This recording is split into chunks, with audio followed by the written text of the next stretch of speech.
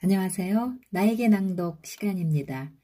오늘은 팸 몽고메리 지음 샨티 출판의 식물 영과 함께하는 치유 가이드라는 부제가 있는 치유자 식물이라는 책입니다. 이 책은 식물의 영들과 소통하여 치유를 요청하는 내용의 책으로 저자인 팸 몽고메리가 살아있는 자연 속에 푹 빠져 사는 것이 어떤 것인지 보여주는 글입니다. 책의 일부 챕터를 낭독해 보겠습니다. 모든 생명은 영적 생태계 안에서 살고 있다. 식물 영치유의 3중 나선 경로의 기반은 영적 생태계이다. 이 3중 나선 경로 안에는 영적 생태계가 실제로 존재하며 그 내부에서 균형이 유지되고 있다는 인식이 들어있다. 생태는 어떤 유기체가 환경과 맺고 있는 관계로 정의된다. 이런 점에서 영적 생태계는 어떤 유기체가 환경 속에서 자신의 영과 맺고 있는 관계로 기술될 수 있다. 이는 우리가 우리의 내부 환경 및 외부 환경과 관계를 맺고 있다는 인식을 바탕으로 한 것이다. 또한 영적 생태는 우리가 영이라는 환경과 맺고 있는 관계이기도 하다. 또 다르게는 우리와 영으로 가득 찬 환경 사이의 관계로도 설명할 수 있다. 이 관점들 간의 약간의 차이는 있지만 모든 생명은 영적 생태계 안에서 살고 있다. 영으로 가득 찬 환경을 살펴보자면 제임스 러브록의 가이아 이론을 보지 않을 수 없다. 가이아 이론은 지구는 살아있는 유기체처럼 행동한다. 생명체는 온도와 습도, 대기의 구성 등과 같은 환경 요인들을 유지하는 활동을 통해 생존에 필요한 환경을 적극적으로 만들어간다 라고 이야기한다. 가이아 이론은 또 불리한 환경 변화에 저항하고 항상성을 유지하는 경향을 보인다는 점에서 지구를 민감하게 반응하는 초유기체로 본다. 하지만 기존의 환경이 어떤 식으로 조절되고 있든지 간에 스트레스가 그 한도를 넘어설 경우에는 안정된 새 환경으로의 도약이 일어나고 기존의 종들 중 다수는 멸종하게 된다고 이야기한다. 이는 지구가 자신의 존재 양식을 스스로 창조하고 있으며 우리가 아는 생명체들이 유지되기 위해서는 환경의 항상성이나 균형이 필요하다는 사실을 잘 보여준다. 웹스터 사전에 영은 생명을 주는 활력이라고 정의되어 있다. 지구가 스스로를 창조하는 능력이 궁극의 생기이며 그것이 없다면 어떤 생명체도 없을 것이다. 이런 생기는 모든 잎사귀에, 모든 풀잎에, 모든 바람에, 모든 바위에, 모든 빗방울에, 모든 햇살 속에 들어있다. 이런 지구의 본질적인 살아있음, 거기에 영이 있다. 저것이 없이는 이것이 존재할 수 없는데 그것은 둘이 하나여 동일한 것이기 때문이다. 영을 발견하고자 애쓸 필요는 없다. 우리가 살아있다는 단순한 사실이 우리 모두에게 영이 주어져 있음을 보여주기 때문이다. 영을 발견하려 애쓰기보다는 균형을 이루기 위해 끊임없이 노력하는 것이 우리가 해야 할 일이다. 우리에게 생명을 주는 영을 알아차리고 돌보는 가운데 균형을 이룰 수 있으며 이런 균형 속에서 우리는 조화를 경험하게 된다. 전 세계 토착 문화들은 오래전부터 모든 생명 속에 영이 존재한다는 것과 사람이 자연세계와 서로 연결되어 있다는 것을 인식해 왔다. 이 관계 속에서 영이 발견된다. 우리의 뼈와 지구의 돌이 같은 무기질로 이루어져 있고 우리가 들이마시는 숨이 나무와 풀에서 나오며 우리의 피는 바닷물과 조성이 같다. 영의 활력이 만물 속에 살아있음은 호피 기도문의 다음 구절에도 나타나 있다. 나는 불어오는 수천 개의 바람, 나는 다이아몬드 같은 눈의 반짝임, 나는 익은 곡식 위의 햇볕, 나는 온화한 가을비, 나는 당신이 아침의 고요함 속에서 깨어날 때 원을 그리며 조용히 날다가 재빨리 솟구치는 새떼, 나는 밤에 아련하게 빛나는 별들. 이는 수커미시족 시애틀 추장의 다음과 같은 말에서도 엿보인다. 이 땅의 모든 곳은 우리 부족민들에게 신성합니다. 모든 언덕, 모든 계곡, 모든 평지, 그리고 작은 숲에는 오래전 사라진 슬프거나 행복한 사건들이 깃들어 있습니다. 우리는 대지의 일부이고 대지는 우리의 일부입니다. 영적 지성을 갖춘 존재, 식물. 식물은 약 4억 년 전 유기체 중 최초로 바다에서 육지로 진출했다. 단일 조류로부터 육상 식물이 발전하기 시작한 것이다. 진화는 계속 진행되어 식물은 지구상 살아있는 유기체 중 99%를 차지하게 되었다. 식물은 햇볕을 붙잡을 수 있는 독특한 능력을 갖고 있으며 이 햇빛 에너지를 이용해서 대기에서 이산화탄소를 추출해낸다. 추출된 이산화탄소는 물에서 뽑아낸 수소 및 산소와 결합해 당분을 만들어내고 이렇게 생산된 당분은 식물의 잎, 줄기, 뿌리, 씨앗, 꽃 등을 형성하는 데 도움을 준다. 식물의 각 부분은 모두 탄수화물, 지방, 단백질을 포함하고 있다. 광합성이라 불리는 이 과정의 부산물이 산소인데 산소는 인간의 생명 유지에 필수적이다.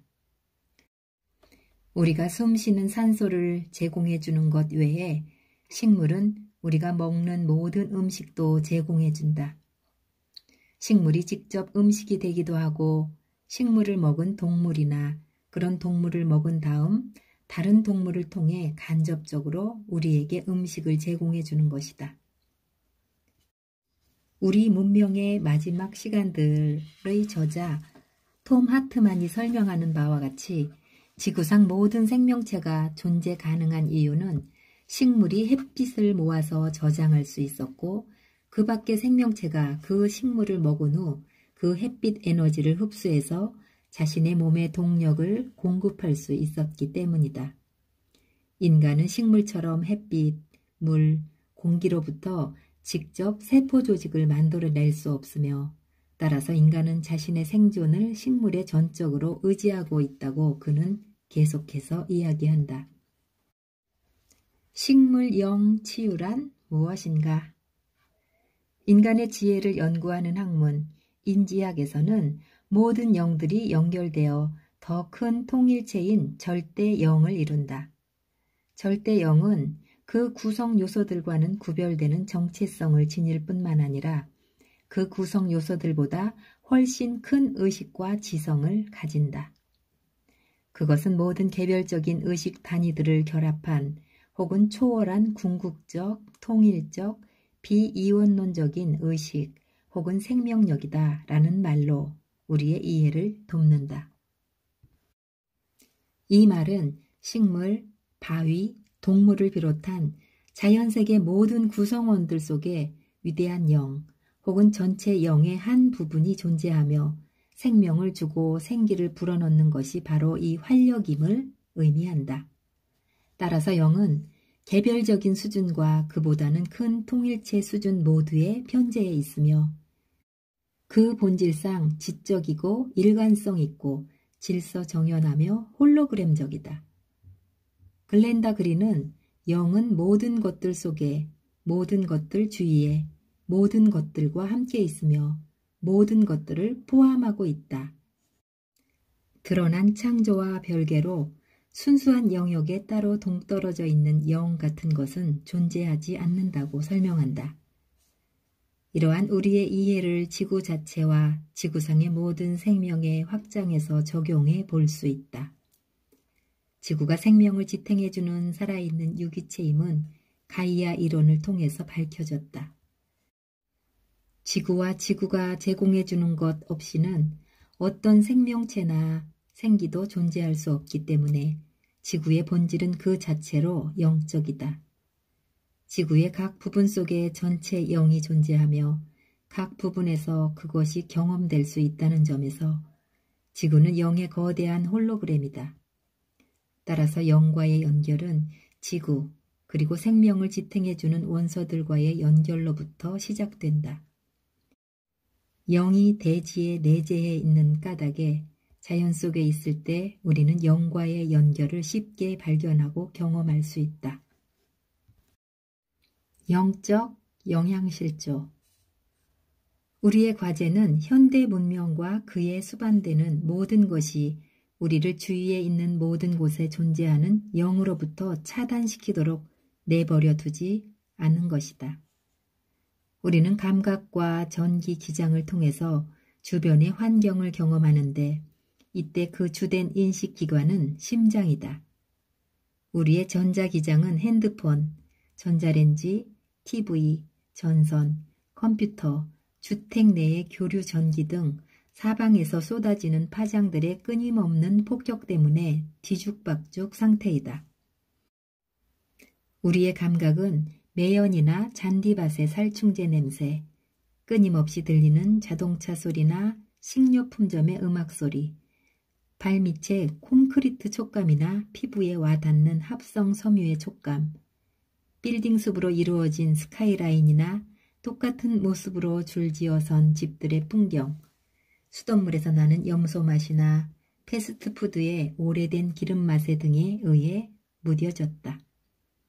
우리의 심장은 인식 능력을 닫아버리고 있는데 그 이유는 세계 전역에 드리워진 죽음과 파괴의 이미지들, 가슴보다 머리를 우선시하는 문화적 편견, 그리고 사랑과 섹스를 혼동하는 우리 사회의 잘못된 관념으로 인해 우리가 겪는 가슴 찢어지는 고통 때문이다.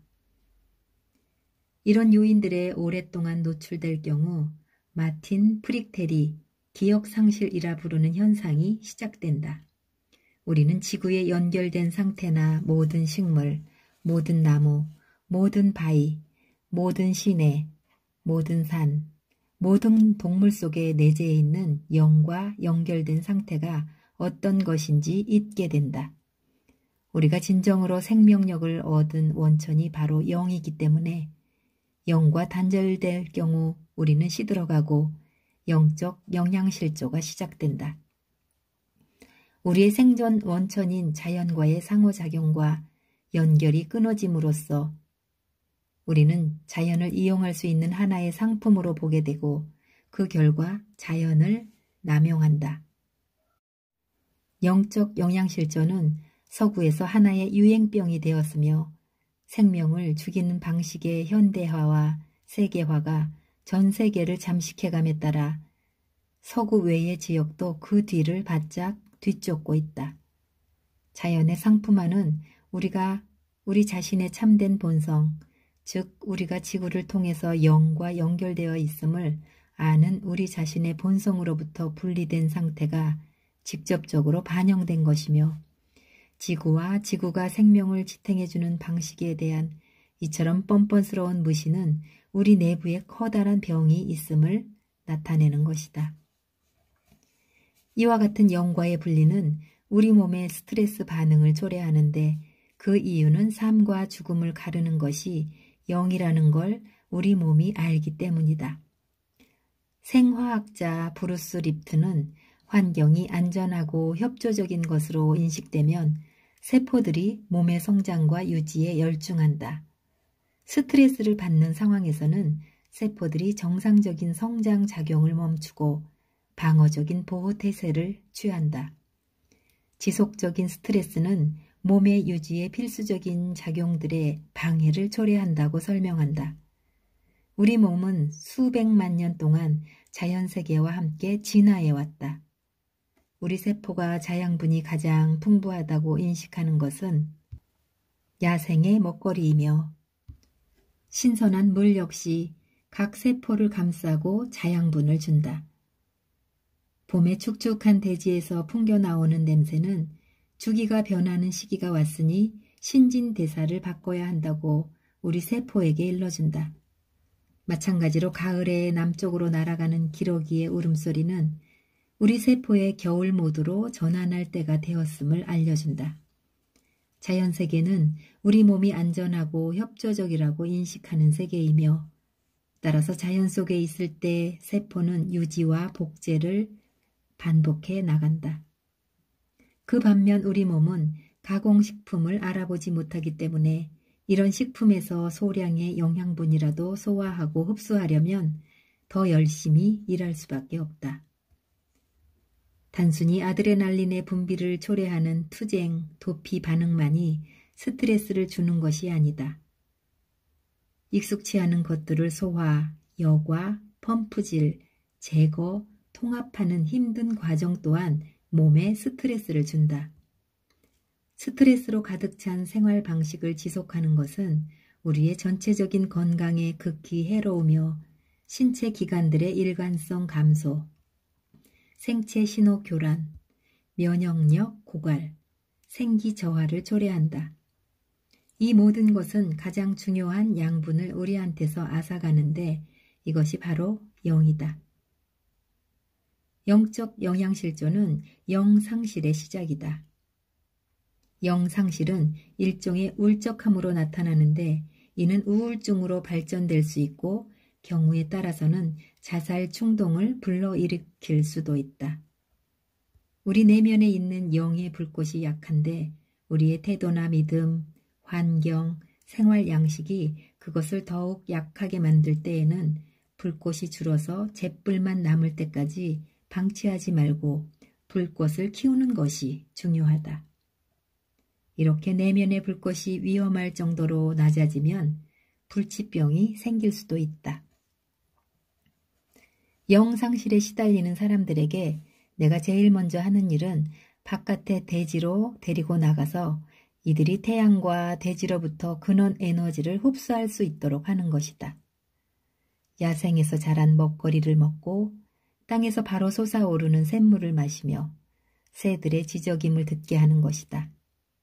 나는 또 내면에 있는 영의 불꽃을 키우기에 식물영인 성요한초의 영과 함께 작업한다. 많은 경우 영상실은 우리가 자신의 불꽃을 완전히 밝히고 살아갈 자격이나 능력이 없다고 말하는 제한적인 신념체계 때문에 발생한다. 우리는 자신이 불꽃을 우리가 정상으로 인식하는 수준까지 낮춘다. 이런 증후군에 대해서는 넬슨 만델라가 1994년 대통령 취임 연설에서 메리언 윌리엄슨의 말을 약간 바꿔서 이렇게 이야기한 바 있다. 우리가 가진 가장 깊은 두려움은 자신이 불충분하다는 것이 아닙니다. 우리가 가진 가장 깊은 두려움은 자신이 헤아릴 수 없을 정도로 강하다는 사실입니다. 우리를 가장 두렵게 하는 것은 우리의 어두움이 아니라 바로 우리의 빛입니다.